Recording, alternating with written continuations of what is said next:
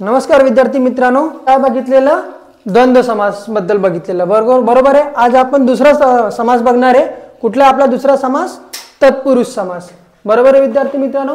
विभक्ती तत्पुरुष समासामध्ये बघा काय काय दिलंय। या तत्पुरुष समासात पूर्वपद गौण व उत्तरपद प्रधान असते।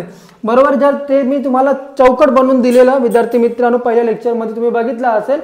मग इथे पूर्वपद गौण आहे आणि उत्तरपद प्रधान कुठला आहे?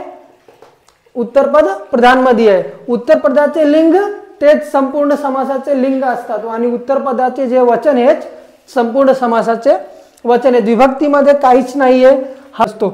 द्वितीय मध्ये काय दिले? द्वितीय तत्पुरुष समासात हे की या समासात प्रथम पद द्वितीय असते। म्हणजे काय विद्यार्थी मित्रांनो, जसं की आपण लिहितो हे बघा, देव देवो, बरोबर आहे, देव देवो। पण जेव्हा आपण हे लिहितो की देवम, तर देव पहिलं पद झालं आणि दुसरं पद हे म। जिथे तुम्हाला हा दिसला असं म्हणजे शेवटला म, त्याला तुम्ही डायरेक्ट द्वितीय तत्पुरुष समास सांगून टाकायचे विद्यार्थी मित्रांनो। काहीच कन्फ्यूज व्हायची गरज नाहीये त्यात। फक्त तुम्हाला हा म दिसला, जसं का देवम, बरोबर आहे, खगम, त्याला तुम्ही काय बोलणार? द्वितीय तत्पुरुष समास। काय बोलणार विद्यार्थी मित्रांनो? द्वितीय तत्पुरुष समास। उदाहरण मध्ये काय? देवम आणि खगम। जिथे तुम्हाला हा म दिसला लास्टला, त्याला तुम्ही काय बोलणार विद्यार्थी मित्रांनो? द्वितीय तत्पुरुष समास। ह्याच्यामध्ये काही डाऊट नसलं पाहिजे तुम्हाला। चला आता तिसरं बघूया आपण, काय? तृतीय तत्पुरुष समास। हा बघा, ह्याच्यामध्ये ना दोन विद्यार्थी मित्रांनो, एक हा विद्यार्थी मित्रांनो, मग तृतीय तत्पुरुष समासात काय असतं बघा, काय दिलंय? या समासात पूर्वपद कर्तृवाचक, कर्तृवाचक म्हणजे तो काहीतरी करतोय त्या टायमाला, म्हणजे वर्तमान काळामध्ये असेल। कुठला? पूर्वपद। पूर्वपद कशामध्ये असेल? वर्तमान काळात असेल। कारण काय? तो करतोय, कर्तृवाचक, तो कुठला काहीतरी कार्य करतोय। आणि अथवा कारणवाचक असतो, बरोबर आहे। आणि उत्तरपद बहुधा हा भूतकाळात असेल, पास्ट टेन्स मध्ये असेल, पास्ट मध्ये असेल। बहुधा कर्मानी भूतकाळवाचक धातु साधित विशेषण असते। विद्यार्थी मित्रांनो बघा, तृतीय तत्पुरुष समासात हे लक्षात ठेवा की याच्यामध्ये या समासात पूर्वपद कर्तृवाचक असेल आणि उत्तरकाळ असेल, म्हणजे पास्ट टेन्स मध्ये असेल। एवढं लक्षात ठेवायचं विद्यार्थी मित्रांनो। चतुर्थ तत्पुरुष समासामध्ये बघा, अर्थ हा शब्दसाठी करिता या अर्थी उत्तरपदी आला असता। म्हणजे ह्याच्यामध्ये तुम्हाला काय डाऊट नाही घ्यायचे बघा विद्यार्थी मित्र। चतुर्थी तत्पुरुष समासात शब्दाचा म्हणजे शब्दामध्ये तो हा अर्थ हा शब्द जुळलेला असेल त्या शब्दासोबत, त्याला आपण काय बोलणार आहे? चतुर्थी तत्पुरुष समास। चतुर्थी तत्पुरुष समास म्हणजे हा अर्थ त्या शब्दासोबत जुळलेला असेल। त्याला तुम्ही जसा तुम्हाला तो अर्थ दिसला त्याला तुम्ही डायरेक्ट लिहून टाकायचं, काय? चतुर्थी तत्पुरुष समास। पंचमी तत्पुरुष समासात काय बोलतोय बघा, भय, भीत, भीती, त्रस्त, त्रात, मुक्त, पतित इत्यादी उत्तरपदीत असलेला समास। उत्तरपदीमध्ये पंचमीमध्ये उत्तरपद दोन पद असतात, ते तुम्हाला माहिती आहे, पूर्वपद आणि उत्तरपद।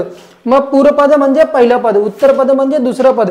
मग जेव्हा दुसऱ्या पदामध्ये तुम्हाला हे भेटलं, हे शब्द भय, भीत, भीती, त्रस्त, त्रात, मुक्त, पतित इत्यादी हे शब्द जेव्हा तुम्हाला दुसऱ्या पदामध्ये म्हणजे उत्तर पदामध्ये भेटणार विद्यार्थी मित्रांनो, त्याला तुम्ही डायरेक्ट कुठला पद समजून जायचा? पंचमी तत्पुरुष समास। तो कुठला समास असेल? पंचमी तत्पुरुष समास विद्यार्थी मित्रांनो हा वाला। ह्याच्या नंतर ही अजूनही दोन समास आहेत, षष्टमी आणि सप्तमी, तेही तुम्हाला मी सांगणार आहे। बघा विद्यार्थी मित्रांनो, त्याला तुम्ही जर तुम्ही 8th आणि 9th ला म्हणजे 8th आणि 9th मध्ये जर तुम्ही टेबल पाठ केला असेल ना, तेव्हा तुम्ही हे आरामात करू शकता। तुम्हाला तो टेबल पाठ झाला पाहिजे विद्यार्थी मित्रांनो। तुम्हाला जर टेबल पाठ असेल तर तुम्ही काहीही करू शकता। तुम्हाला एक टेबल होता माहिती आहे तुम्हाला शब्दांचा, ते तुम्हाला पाठ झाला पाहिजे। मग इथेपर्यंत समजलं आपण काय बघितलं? विभक्ती तत्पुरुष समास, द्वितीय तत्पुरुष समास, तृतीय, चतुर्थ, पंचमी। आता आपण षष्टमी आणि सप्तमी। मग विद्यार्थी मित्रांनो आता आपण काय बघणार आहे? षष्ठी तत्पुरुष समास। षष्ठी तत्पुरुष समासात बघा, सर्वात सिंपल एकच गोष्ट सांगते, तिथे बघू नका तुम्ही आजूबाजूला, फक्त इथे फोकस करा। काय? षष्टमी समासामध्ये तुम्हाला नाते दिले असेल, जसं की आई आणि बाप, आई बाप याच्यामध्ये नाते, मामा आणि मामी, बरोबर आहे, भाऊ आणि बहीण, माजर, मुसक आणि माजर विद्यार्थी मित्रांनो। मग त्याच्यामध्ये काय दिलं असेल? एक काय ना काहीतरी नातं असेल, नाहीतर मालकी असेल। मालकी म्हणजे नौकर आणि मालक, त्यांच्यामध्ये काय? मालकी आहे, बरोबर आहे। मग हे शब्द तुम्हाला भेटणार आहे त्याच्यामध्ये, तुम्हाला हे शब्द भेटले की समजून जायचे तो कुठला समास आहे, षष्ठी तत्पुरुष समास आहे। या समासातील दोन पदामध्ये नाते, मालकी, अत्यय, अत्यय इत्यादी प्रकारचा संबंध दाखवलेला असतो। विद्यार्थी मित्रांनो समजलं। आणि याच्यामध्ये जरा समजून जावं की तुम्हाला हे बघा हे शब्द, हे तुम्हाला शब्द भेटणार, स्य, स्या, स्याय हे शब्द त्याच्यामध्ये असणारच, बरोबर आहे।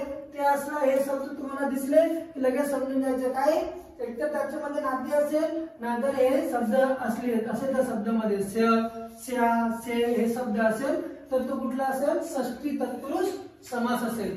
आता विद्यार्थी मित्रांनो शेवटचा कुठला, विभक्तीमधला सप्तमी तत्पुरुष समास। या समासात उत्तरपद म्हणून हे बघा हे शब्द तुम्ही लक्षात ठेवा, स्थित, मग्न, कुशल, निपुण, पंडित, प्रज्ञ, रतः, आसक्त इत्यादी शब्द या समासाच्या शब्दामध्ये येणार। मग त्याला समजून जायचं कुठला समास असेल, सप्तमी तत्पुरुष समास। हे बघा विद्यार्थी मित्रांनो हे मी काय शब्द दिलाय तुम्हाला थोडाफार, हे शब्द तुम्हाला जर कुठल्याही याच्यामध्ये दिसला तर समजून जायचं, जसं की द्वितीय मध्ये किती श्रित, आश्रित, गत, अपंग, अतीत आणि प्राप्त हे शब्द जर तुम्हाला त्याच्यामध्ये दिसले तर समजून जायचं कुठला समास आहे, द्वितीय तत्पुरुष समास आहे। तृतीय मध्ये संपन्न, रहित, हीन, विकल्प, वर्जित, युक्त, सदृश, आढे हे कुठल्या ना कुठल्या तरी शब्द तुम्हाला त्या शब्दामध्ये त्या लाईनीमध्ये भेटणार आणि लगेच तुम्ही सांगून टाकायचं की बाबा हे तृतीय समास आहे, द्वितीय तत्पुरुष समास आहे का चतुर्थ। हे बघा अर्थम, देशार्थम तुम्हाला बोललो ना की अर्थ असेल त्या शब्दामध्ये चतुर्थ मध्ये। बघा पंचमध्ये काय आहे, पंचमी तत्पुरुष समासामध्ये मुक्त, भित्त, लातः, पतित, रचितः। षष्टमी तत्पुरुष समास मध्ये काय काय शब्द भेटू शकतात तुम्हाला, प्रिय, कृते, शक्ती, उद्यार। आणि सप्तमी तत्पुरुष समास मध्ये कुशल, रतः, प्रवीण, मग्न, व्यग्र, ख्यात, विदित आणि स्वर्ग। हे तुम्हाला एवढे जर तुम्ही शब्द पाठ करून गेले तर विद्यार्थी मित्रांनो मी तुम्हाला 100% लिहून देतो, 5 का 10 पैकी 10 तुम्ही मार्क आणू शकता।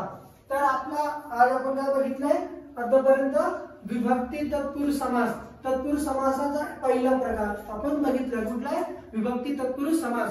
आता पुढच्या लेक्चर मध्ये आपण काय बघणार आहे, तत्पुरुष समासाचा दुसरा समास कुठला, द्वितीय तत्पुरुष समास, बरोबर विद्यार्थी मित्रांनो। तर मी आशा करतो की तुम्हाला लेक्चर समजलं असेल आणि आवडलाही असेल। तुम्ही काय प्रश्न असेल तर विचारू शकता आणि तुमच्या विद्यार्थी मित्रांना आणि मैत्रिणींनाही तुम्ही शेअर करा आणि सबस्क्राईब करायला विसरू नका। धन्यवाद।